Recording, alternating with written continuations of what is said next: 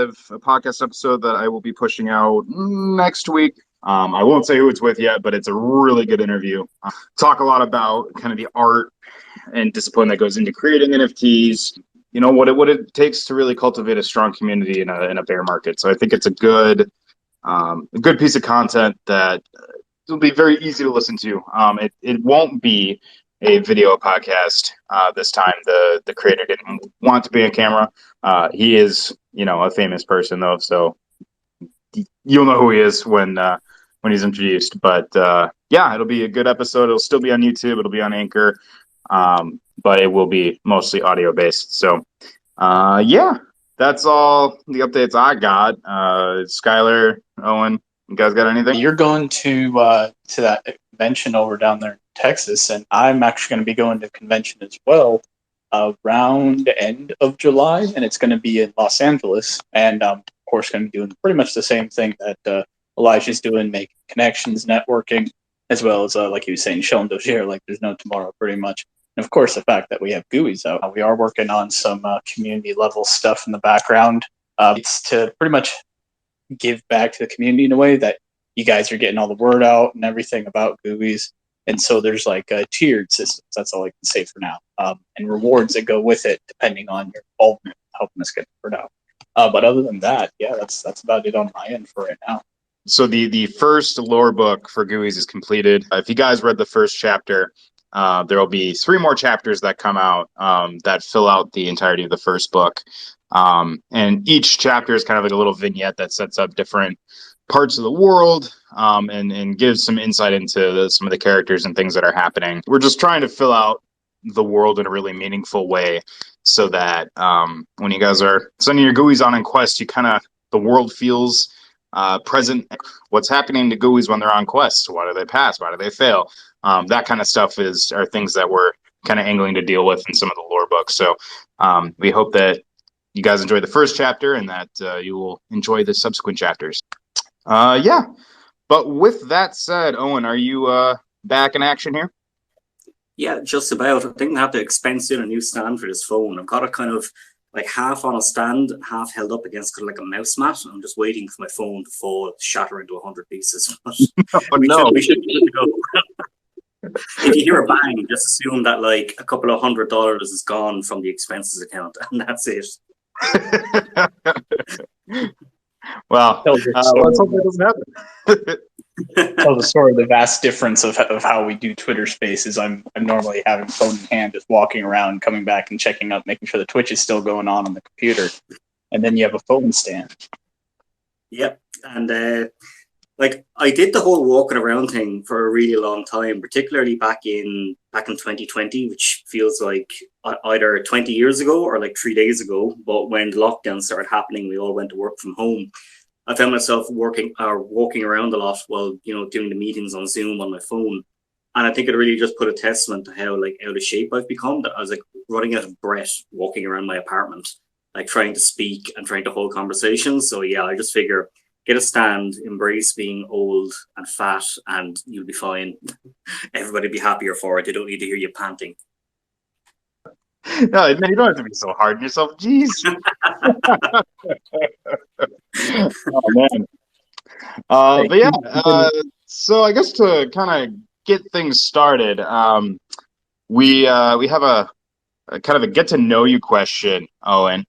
So if you're game with answering something a little off the beaten path from Gooeys and Dogira, if you could have one movie that you could bring with you to a desert island, assuming that desert island had a means to watch the movie, what would it be? That's a really good question. I think I would go for The Big Lebowski. You see, I have this, like, so The Big Lebowski is a brilliant film by itself. A friend of mine has this absolute obsession with The Big Lebowski. And I found that whenever he turns it on for me to watch, which is pretty much every time that I see him, it's after we've had a couple of drinks. So we've been drinking for, 2-3 hours or whatever. We've had a night out. We go back to his place and he always puts on The Big Lebowski. And I have found that because I have watched it every time while a little bit inebriated, it's still a new movie to me. So anytime I watch it, I still enjoy it. Like it's fresh and new every time. I can never remember what happened. and I must have seen it about 20 or 30 times by now. So I figure keep that tradition going, bring the Big Lebowski, and hopefully it's a Jack Sparrow type island where there's a huge crate of rum that I can pull out, dig into that, and yeah, just keep the tradition going with it. That's awesome. I had some friends in college who would every year would watch The Big Lebowski. So yeah. All right, I got one more for you. This one's courtesy of Caroline. What is your actually, that might have been a hypothetical question, but what's your favorite song to play on guitar? Because you've mentioned before that you do a bit of music in your spare time. Yeah, I was waiting for something way more embarrassing from Caroline. The minute you said Caroline would be the question, oh no, my life is going to be wrecked. But, favorite song to play on guitar? And I think I'm like going back to saying that I'm an old man now and I just sit there. I often just start strumming and it'll kind of just go between stuff that I would have learned over the years. But I think one song I always go back to is like really, I don't know if even people, again, this is me being old, but one of the original kind of YouTube viral hits was Canon Rock. It was Canon and D played in the guitar. And I think it was one of the more kind of complex pieces I learned while I was still learning to play guitar, because I only would have been about 17 or so when that came out. So yeah, I still, every now and then when I pick it up, that song normally still comes out. So yeah, I'd probably say Canon Rock. Oh, nice. I don't think I've actually heard that version of Canon, which is hilarious, given that I was big into music for a long time. But yeah, that seems fitting enough. Yeah, so now, one of the like original YouTube hits. It's great. It was Jerry C, I think, did it. So yeah, if you go onto YouTube and type in Jerry C or Fun2 and just type in Canon, you'll get their cover of it. perfect. I'll give it a listen after this. All right, so I think the first question that I want to get out of the way here, this one is from Bird from the Telegram, asked courtesy of Brian in the Discord. So can we get any updates on Humaniquarium? You want to just open that with no, and then leave it. But no, Humaniquarium is going great. We're working with the Jupiter Lighthouse guys on the blockchain side of things right now, and so we've all gotten to play the internal alpha, which is kind of leaning nearly towards a beta at this stage now. It's looking really good. It's really fun to play on. They really nailed that kind of, what's the word for it? That kind of casual style gameplay that I suppose everybody kind of wanted to see from it when we saw the screenshots and had a look at and talked about what was going to be in it, and it being a more casual game that's not going to be kind of hard tied to tokenized resources and stuff like that. More of a classic game being brought into crypto territory and keeping the same feel of just, it's stop and smell the flowers kind of thing, not, run to the end and stuff like that. I think they kept that feel like perfectly intact on it. The versions that we've had so far are fully playable, and we could sit down and, I mean, if there was no blockchain going on it at all, I would say that it's pretty much nearly release ready, which is fantastic. There's a bit of cleanup that we're running through on it as well. Like if we were to put it on Steam right now, it'd be early access, but it wouldn't be in very early access for very long. So the general updates on it is, yeah, it's looking fantastic. We've done internal testing. I'm working with Jupiter Lighthouse now to get the blockchain stuff integrated on it, and we've ramped up kind of the time that we spend with each other on a weekly basis. So yeah, we should expect to have more kind of definite and final news on it in the very near future, hopefully including a date that you'll all be able to jump in and enjoy. So originally we were going to do an alpha for like everybody to access, but we did realize that the alpha version of it was essentially going to be having you play through a 99.9% complete title, and then we'd have to wipe your progress to do the 100% complete title, which didn't make a whole lot of sense. We sat down and talked about it. So we've nixed that one out, and we're just going to go straight ahead to do a full release on this one. So yeah, this is something we're really looking forward to getting out to you all. So again, it's not like 100% on chain in the same way that Gooeys would be, but there's enough of it on chain that you will be able to enjoy the crypto aspects of it. But similarly, if you had somebody who was brand new to crypto and MetaMask was still just a scary extension in the browser and stuff like that, like this game is built to kind of allow them to easily onboard and not have to worry about a huge amount of stuff on contracts or anything like that. And a lot of it comes down to there's some very clever design choices that the guys at Jupiter Lighthouse put into it as well. Like a lot of contract stuff that we can do in kind of a read-only state. So we don't need to sit there and have you interact with MetaMask on every transaction, which I'm sure everybody would nearly agree. And with Gooeys, it's, you know, it's fine. We're all used to it at this point, particularly if you've been in the DeFi spaces, you're able to interact with MetaMask.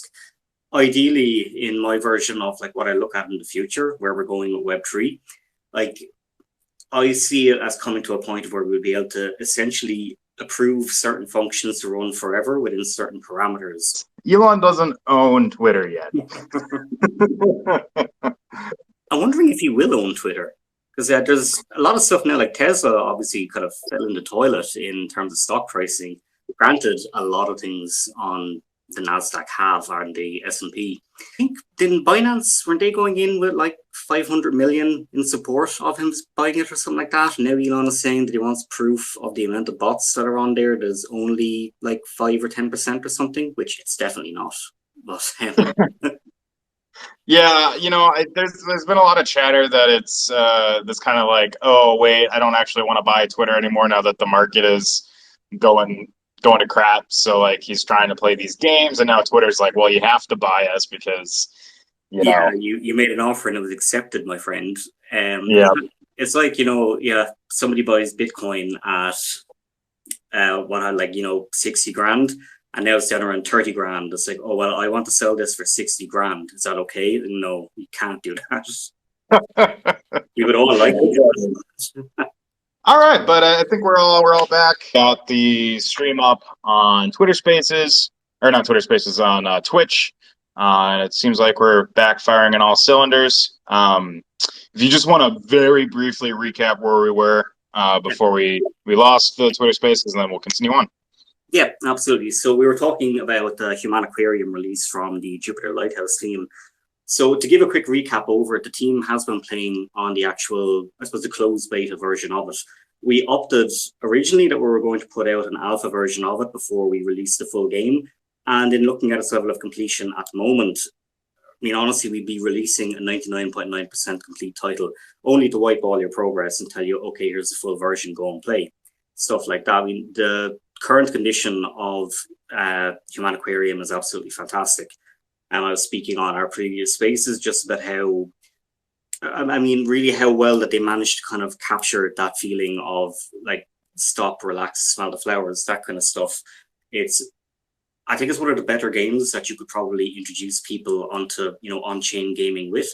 So the logic that they're running with on-chain, there's a lot of kind of clever stuff in there where we're able to rely on just, you know, read calls on-chain. Now, whenever we're reading something on-chain, I mean, if it wasn't for the fact that we needed to authenticate you on logging in, I mean, we wouldn't even need to have it kind of on-chain at that point. We could store the data on-chain, but then for you, we can just translate it on-chain with an API, get the data coming down to you, which makes it extremely efficient.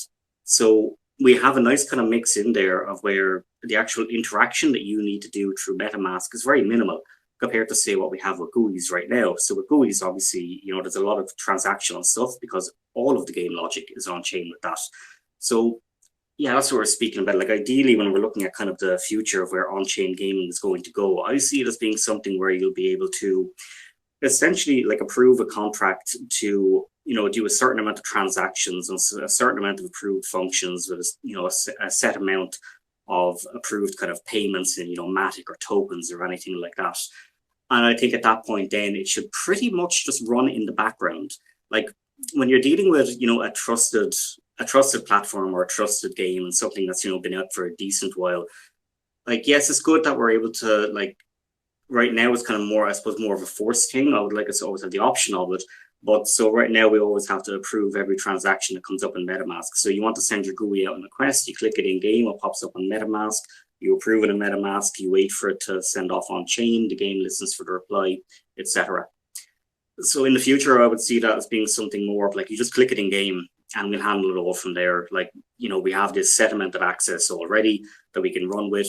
And there are security concerns when it comes to stuff like that. So I think it's going to be a while before we get there. Like particularly if, you know, you were playing a game that decided to rogue you and, you know, if they have access to a certain amount of functions, certain amount of Matic or what have you, they could have their bounds really high and just pull a bunch of Matic out of your wallet, stuff like that.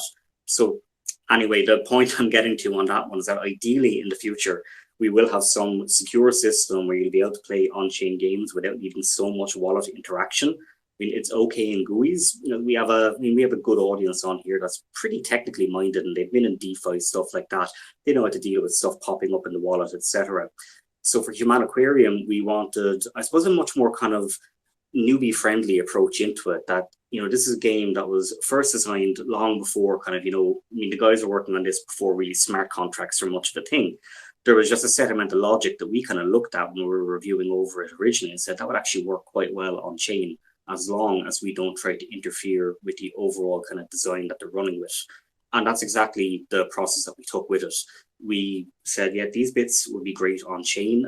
And if that doesn't work for you, realistically, this is even something that, you know, we like enough to publish that we would be able to just do it in essentially just taking, you know, payment for it in crypto, stuff like that. There was a lot of options open to us. And thankfully, we were able to go a little bit more complex in that. The guys were really on board and they come up with some great ideas themselves on what would be able to go on chain with it.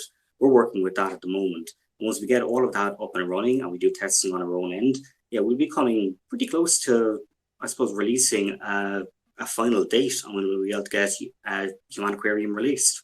So yeah, really looking forward to getting that one out, as I would say that it's kind of the best newbie-friendly crypto game that you could play, where it makes good use of a lot of things on chain without needing a great amount of transactions happening on chain. Like a lot of it is coming down to read calls and then say authentication. And obviously, you know, if you're signing in to, you know, play it and stuff like that, or if you're looking to say pick up a copy of it, etc. So yeah, more news coming on that really soon, but really looking forward to getting that out to everyone. Yeah, I also want to add on the Jupiter Lighthouse guys. They are extremely talented. I know that you guys have only really heard from them one time in terms of the presentation, but these guys are extremely experienced pros, and we can't wait to show you the game. It is genuinely really good, but it also shows that they've been working on it for quite a bit, because they were working on it before, you know, we brought them on. So we're very excited to show you guys.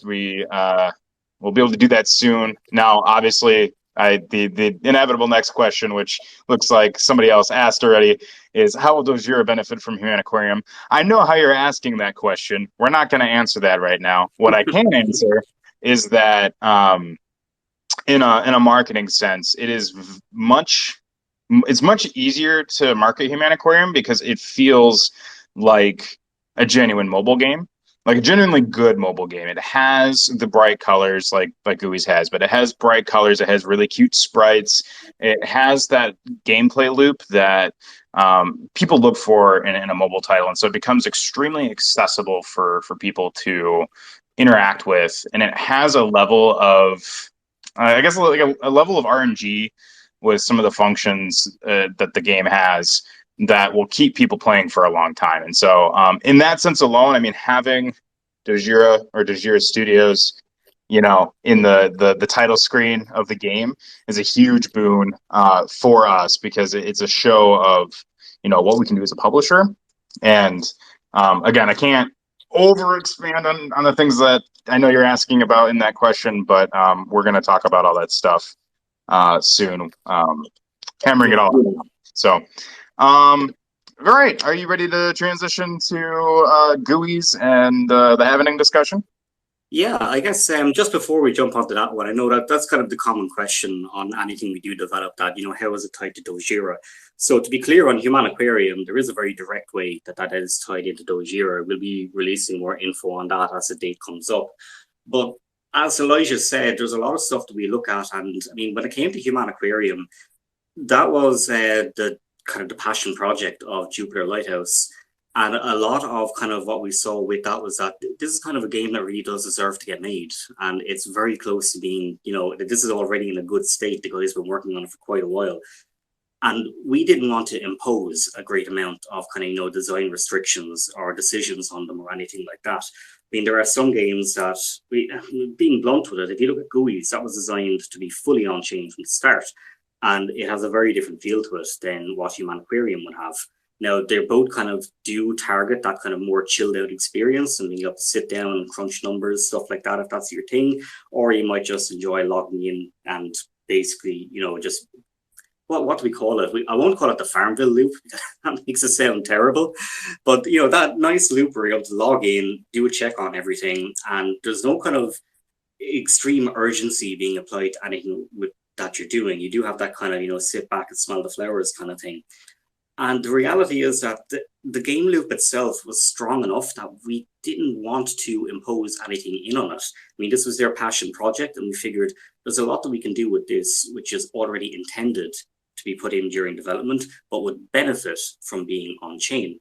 And like the reality is, if we found a game that had practically zero benefit in being on chain, maybe we could just put it in for, you know, crypto payments or something like that. But the reality is, if we thought the game was good enough, this is something that we would look at. Now, we're obviously targeting mostly on-chain experiences and stuff like that, so it would have to be phenomenal to be something that would put us just into very standard publishing. But I mean, this is always something that we would look at. And the reality is that when everything is put out like that, even if we had something that had zero on-chain accessibility or anything like that, number one, there is a general kind of marketing side on it where we're able to get our name out there and be, you know, associated with good products that we're able to help develop and publish. And the second bit then is that, I mean, the Dogira LLC itself, if that's bringing in an income, that income goes back into Dogira. So I mean, the benefit will always be there no matter what, even if there's not a very direct and tangible one. But on Humaniquarium, there is a very direct and tangible one on it, and more info on that will be released as we kind of come closer to the day. But yeah, that's I think that's everything I have to cover on that front. So yeah, Elijah, I am happy to jump on to Gooeys talk. Perfect. So to kind of preface everything, we have put out a couple messages kind of addressing the Halvening, a lot of the questions that people have about it.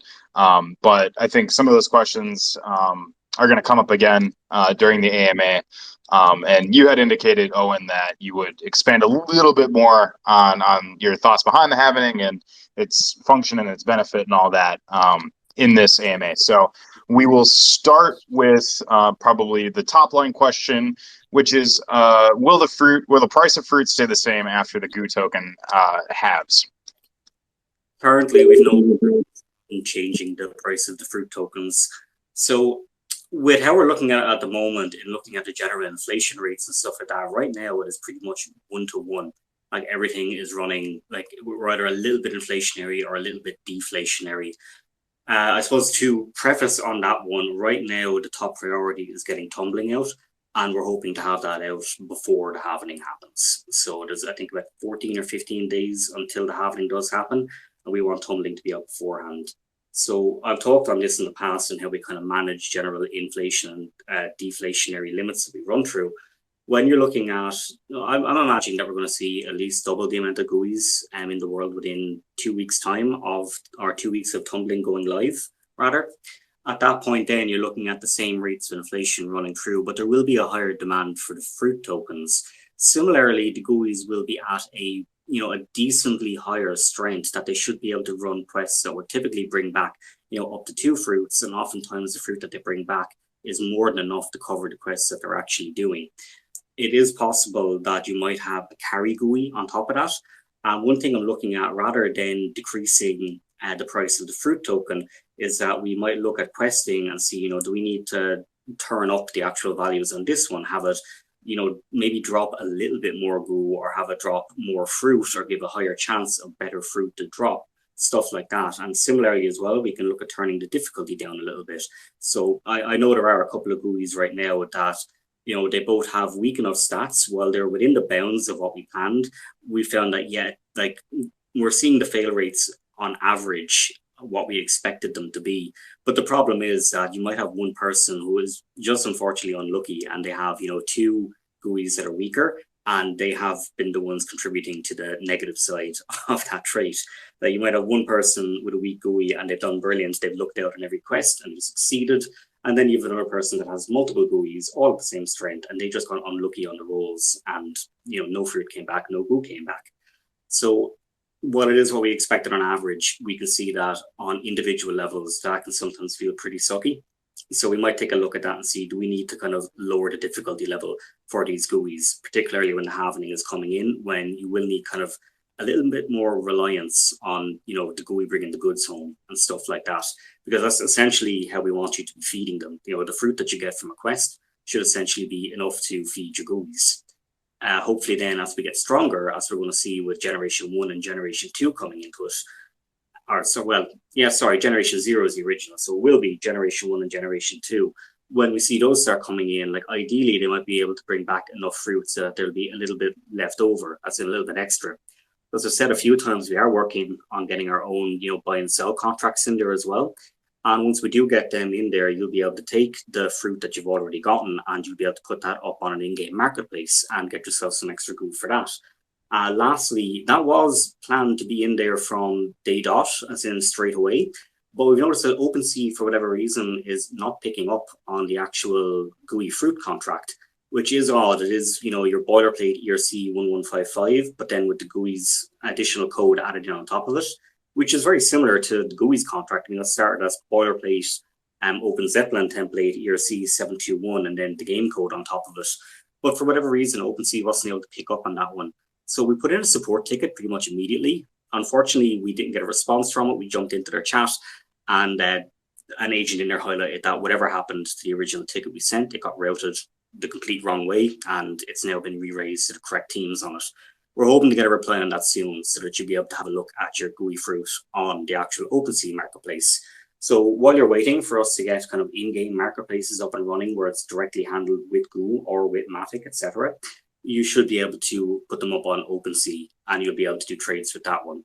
Thankfully, again, with it being on Polygon, you won't be looking at, a big gas fee or anything like that. So you should be able to kind of bring that element into it as well. Like, I know it is kind of frightening when you look at a Halvening coming up, but don't worry, we do have ways we're able to kind of assist in balancing that stuff. But as I've said a couple of times before, I find that after we design and develop systems, it is often better for the general game and economy it's running in for us to be more of, I suppose, a guiding hand, as in we're pointing in the right direction on things to go. But we don't want to jump in and take, a massive amount of, we don't want to overhaul a system when it's already in place. Like, being honest, I think one of the worst things I could say on this AMA would be, oh yeah, we're going to halve the price of fruit, because that would create essentially like an economic ripple across the game, which could end poorly for players that were kind of planning on the rule systems that we had already built into it.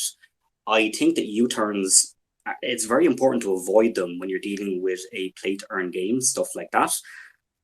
I mean, people, even when something's, is kind of causing a little bit of fear and it's a little bit of an unknown, oftentimes it is better to let that play out and, if needed, make small incremental changes over time to kind of balance things back up to where they need to go. So that's kind of how I view the systems that we have in place, that we should be kind of developing new features to go on top of things that we have planned out, instead of taking an old feature and completely reworking it within a day or anything like that. Like I said, if we look at what Gooeys are already running with on quests and stuff like that, if we changed, if we just knock down the difficulty of, say, the first common quest that you can run on a little bit to make sure that there's a higher likelihood of people being able to get fruit, but it still falls within decent bounds that we won't cause unexpected inflation of that token, just enough for the weaker Gooeys to keep themselves fed. Like, that's kind of being able to help out in a way that is not detrimental or unexpected on the economy that we're running. I mean, it's similar to, well, I won't say similar to, obviously, when you look at kind of the wider marketplace, if you looked at, say, let's just say gold, for example. I mean, everybody would like to get in on gold a little bit cheaper. You can make a complaint and say, hey, I really wanted to buy gold at 1100. Why can't I buy it at 1100? If somebody came in tomorrow and dumped enough new gold on the market that you could buy it for 1100, that would cause a lot more, bad things to happen than good. So it's kind of the dilemma of play-to-earn gaming, that you do have to respect the player-bound economy in it, even when things might be a little bit out of sync with where you'd like them to be. There are, small little nudges in the right direction you can give something without being overly disruptive in it. I think when it comes to the disruption level of things, the Halvening should kind of stay kind of as hard logic in it, that, this is happening and it happens around all the systems that are in place. But when we're unveiling new systems that are coming into it, that's where we can look at potentially, allowing for a little bit of disruption onto it. Like, we've talked about a lot of things that we want to bring into Gooeys over the next couple of expansions, and Obviously, I know a lot of people have asked us about this in the past, and yes, we obviously did have the discussion around land and stuff like that. So, say for example, if we had Gooeys that were able to have farmland and stuff like that, and you were able to, let's just take the devil's pomegranate, that you were able to get seeds for that, and you were able to essentially farm them and start selling them on an open market, things like that. I mean, that would be incredibly disruptive on the system that we currently have in place. But if we were to bring in something like that, it's something that we need to communicate. We can't just kind of turn around and say it on the day that this is how it's going to happen. I mean, what we want to do is have a look at what way the economy is kind of currently running, how we can balance up risk reward on it. We don't want to make something that will unduly flood any of the systems that we have. We always want you to have enough fruit to be able to keep your Gooey fed. So, if we did something tomorrow where, like, apples, you were able to get a ton of those just by getting a bit of farmland and stuff like that. Not so bad, because it's just kind of feeding Gooeys at that point. You're not getting any bonus stats from it or anything like that. But if we were to make that farmland that it just put in devil's pomegranates, and we didn't have kind of any new fruit that was kind of at a higher tier than that to justify us putting a little bit more flood into those ones, or getting more Gooeys tumbled, stuff like that, that's kind of a point where it would be very detrimental for people that have played the game within the rule set that was already in place. Now, similarly, again, as we said, we made a couple of upgrades to the V1.1 contract. I know we can do fruit now where it gives you bonus stats and stuff like that. So, if we introduced a higher tier of fruit where there were bonus stats involved in it, and we allowed for the lower tiers of fruit to get a little bit more common, lower being at that point devil's pomegranate, or, maybe a pancake squash, stuff like that, then yeah, we'd be able to run down that route with it. But yeah, this is it is a complex system that we're trying to build out of it. And I know we're only looking at an ERC 20, a 1155, and a 721 at the moment. That's going to expand out as time goes on as well. Like, there's a lot of kind of moving parts in it that we do have to be, I suppose, respectful of. And we also need to respect what the players are doing with it. Like, as I've said, there's been a few things now where we haven't really anticipated what way the players were going to go with it. We thought players would take on kind of, the higher risk questing to get the higher rewards out of it. But we found that, most players are actually happier taking on lower risk questing because they get a higher success rate. So that's something that we kind of had to work with as well, and say, we've actually come in a little bit lower than we expected to be on the fruit side of it. We thought that people would be running higher quests on it, and on average, more fruit would have went into the system. But, people don't want to take, they don't want to take an overt risk on stuff like that when they have a Gooey to keep fed. So yeah, this is stuff that we can all kind of, nudge into the direction that we'd like to go in. But I wouldn't like to do something disruptive, like say, the halvening is set in stone. But if we were to have the fruit prices with it, essentially it might as well not have happened. People have kind of anticipated this halvening coming up. It's been, it's been pretty widely publicized since the day we launched the token. If we tell them, PS, along with the halving, we're also having the price of everything, making it exactly the same, except the token numbers will be different. I think that would be disruptive to a point of where it'd be frustrating for a lot of players. And similarly, like right now with the Gooey emission rates, it's brilliant to kind of, take a little bit more risk and send your Gooey out on those kind of higher level quests and stuff like that. And similarly, when we have Tumbling added into the mix as well, we will be seeing people do those higher risk quests and coming back with more Gooey overall. So yeah, right now, I think that we're happy with how things are progressing, but we might make some very small changes around like quest difficulty and, fruit drop rates and stuff like that. Just bump them up a tiny bit, just to make sure that players that have, the weaker Gooeys are still able to self-sustain and stuff like that. As the owner of the weakest Gooey of all time, I appreciate that. He's literally got 522 for his strike stat. Oh, that's rough. I don't think I'll be lowering it enough to help you, unfortunately. That's okay. He's a trophy Gooey. He sits around and he looks nice. So yeah, I mean, maybe that's the next big praise, man. People will just want ornamental Gooeys, so you hold on to that. That might be the big ticket. Yeah, that's the plan. But thank you for kind of expanding on that. I know that it's a bit of a tricky thing, especially because we live in a modern era with video games where game studios are really like almost hyper responsive. Like I think about Bungie with Destiny 2, and like anytime the community's like, wow, we don't like this thing, even if they have a really good reason for doing it. They're like, okay, we'll walk it back, and then we'll figure out how to like completely shift everything. And like, it's a lot harder to do that with an on-chain game because that logic is already set in stone. And I just want to highlight again the importance of we set up these systems. Well, I didn't do any coding, but you set up these systems so that if they feel over, if they're doing too good of a job, that we can actually be flexible in other ways and keep the game fun. So I really don't think that the Halvening itself is anything to worry about. It's because we have a lot of runway to continue making the game fun. We can build new features and balance things as we go. So I'm excited for seeing what's coming down the road. We can't talk about anything that's going to be in discovery yet, but we've got a lot of fun stuff planned for you guys. So yeah, absolutely. And to agree on that one as well, I think the first kind of indie game I had that did well and went onto Steam, and was Splinter Steel. And that wasn't really planned to do well on Steam. I thought it would just be a novelty for like a day, and then it got streamed by a couple of the big streamers, and a big player base rushed in. And this was a game that was never really planned to have many people playing it. It had no depth in it. I mean, it was a novelty. It was just a couple of buttons pretty much. But, people got a kick out of, the general aspect of it, kind of unique nature of it, stuff like that. And I got a lot of requests coming in to add things or change things, stuff like that. And I found that I listened maybe a little bit too much at times, and I changed a bunch of systems into, Splinter Steel right now is way more complex than it was ever meant to be. It turned into a collectathon by the end of it, where you had, full bases, you could have guilds in it and stuff like that. And they were all jury-rigged onto an existing system that I built that was just not built to maintain that kind of stuff at all. And balance kind of went out the window with it as well. Like, everything went hyperinflationary. The only thing that we could do was put in hyperinflationary rewards and stuff like that. Like, I think the player base, yes, it probably is the most important voice that you can listen to when developing something, but similarly at the same time, you also need to have enough trust in yourself to build those initial systems and initial rule sets which everybody wants to play inside of. Because the minute that you kind of break down one of those, you're kind of opening floodgates on it.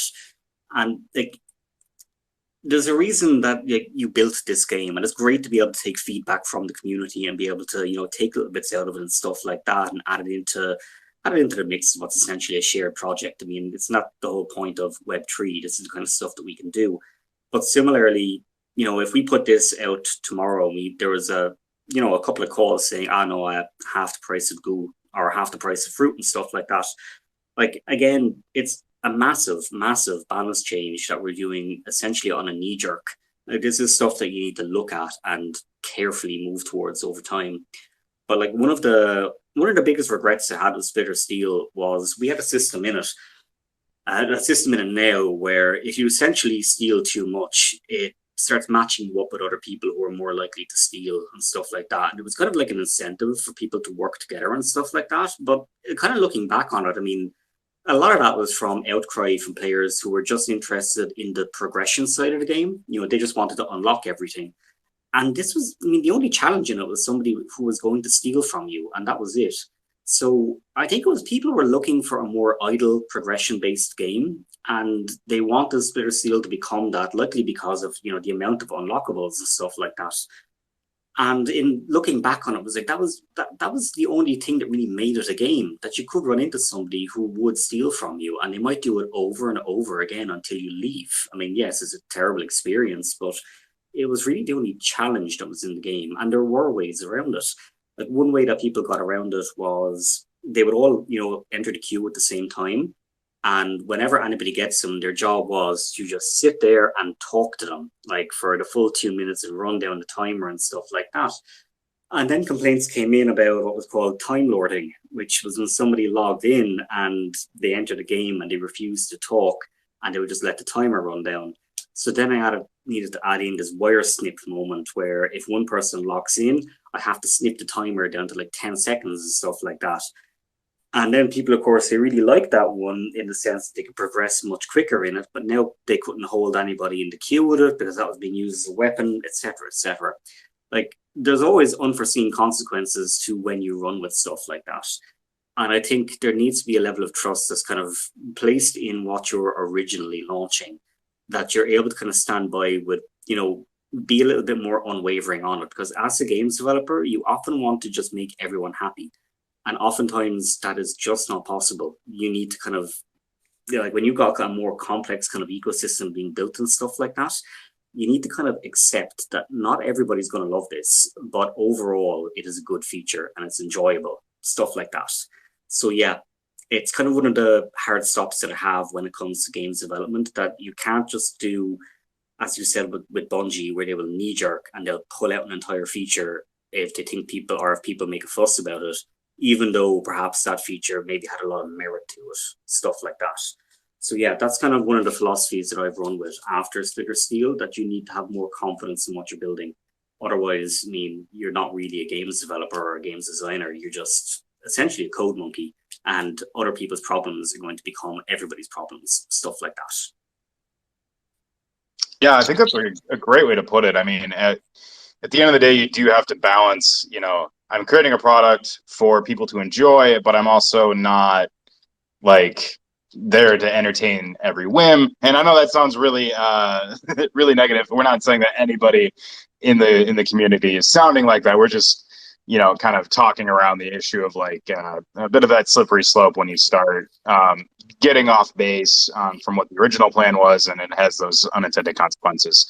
But I think overall the plan that we have in place is very easy. Well, very easy. It's easy for us to stay on the straight and narrow because we have planned those steps ahead, that certain features build into each other, and like the core features that we have in Gooeys are meant to be built on. So it makes it easier for us to pivot as we need to without being overly reactive and potentially getting off that foundation unless we're prepared to build a new wing into Gooeys that doesn't fit on the foundation. But all that said, I think we've belabored the point enough. Is there anything else that you wanted to touch on with Gooeys development? I know you mentioned that we're aiming to get Tumbling out before the Halvening. Is there anything else that you feel is pertinent that you want to touch on? I'm not seeing too many other questions in terms of Gooeys right now. Mm-hmm. Yeah. Yeah. So I know everybody's waiting on Tumbling for a while now, so that's obviously priority number one. We were doing a small overhaul on our farm, which took a little bit longer than expected, as nearly all things tend to. But we got that pushed out, and now we're just working on Tumbling at the moment, and we're hoping that we'll be able to get that one out as soon as possible. But getting it out before the actual Halvening is that's an important deadline for us on that one. We want to see more Gooeys kind of enter into the ecosystem to keep us in line where we need to be on the game design side of it. Other little small things then, we've worked a decent bit on the actual, say the word for me, the actual efficiency of the calls that we're running on the game client itself, going up to hit the contract.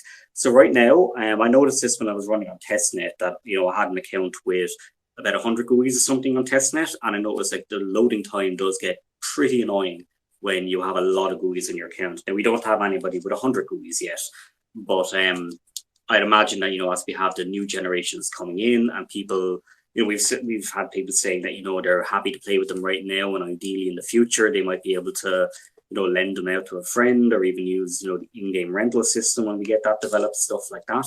So, they might have a pretty big backlog of Gooeys, and some people are even saying that they don't want to sell their old Gooey when they start making new ones, that they want to keep it just as a memento or what have you. So, you're going to have a decent amount of Gooeys getting loaded in on your open screen. So, yeah, we've been looking at stuff like that. We've built essentially what I'm calling like multi-goo. It's the same as a multi-call contract, but set up specifically to hit a couple of Gooeys functions.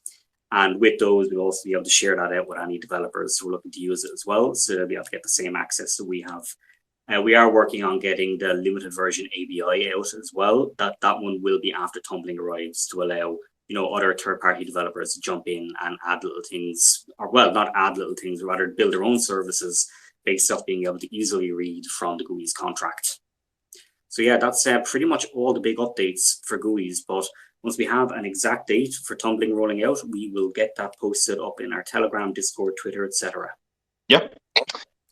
Yeah, I think that does cover everything. I'm more than happy to open up to anybody in the audience to ask a question. As always, raise your hand. I can give you a speaking spot.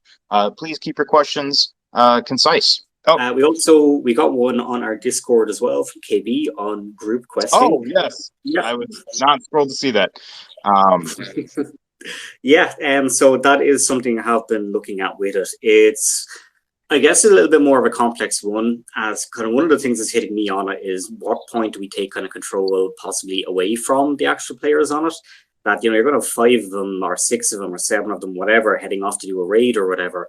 Do you want to just make it a straightforward quest where you all come back and you split the loot out? And what if there's, not enough fruit to go between every Gooey, and it's just going to be a set time where any player can end it and send them all back, etc. But it is certainly possible. Just kind of grappling with how we'd be able to do it design-wise at the moment. And I think a system like that might work nearly a little bit better as something more asynchronous, as in, let's say that we had guilds or something like that in there, and that there was just a daily guild quest, and it just automatically sent, took all the Gooeys in the guild and put them onto, say, a random incrementally difficult quest every day until they hit a limit on it. And the rewards went into, some kind of guild wallet, custodial contracts, stuff like that. So I think there are ways that we can kind of do multiple Gooeys working together at the same time without needing it to be as kind of intrusive as needing everybody to jump on and agree to a quest at one time, stuff like that. I think asynchronous questing or asynchronous functionality is kind of what you want to look for when you're doing kind of group stuff, unless the player base was to get vastly larger than it currently is at the moment. But a lot of the times asynchronous works really well for that stuff. Like if you look at Splitter Steel, that has similar in there, but asynchronous to the point of about half an hour. It's when you're running a raid on another player. So yeah, stuff like that is certainly possible in the future, something that we are taking a look at. but yeah, okay, I think that does actually cover everything now. So as a recap, I am going to be at the Central Austin next week, going to be talking to people there about Dogira and Gooeys and all of the good stuff. So I'll be sharing pictures and updates as I'm able to over the 2 days that I'll be down there for the convention. And then, should have a new episode of The Bottom out with an interview with Davey Oberlin. He was the keyboardist for Korn.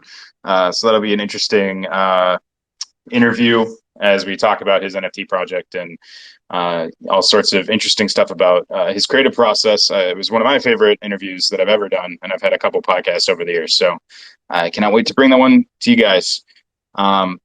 So yeah, that's us for this AMA. We will see you guys again in a couple weeks, and we will have news about Tumbling and all the good stuff as soon as we're able.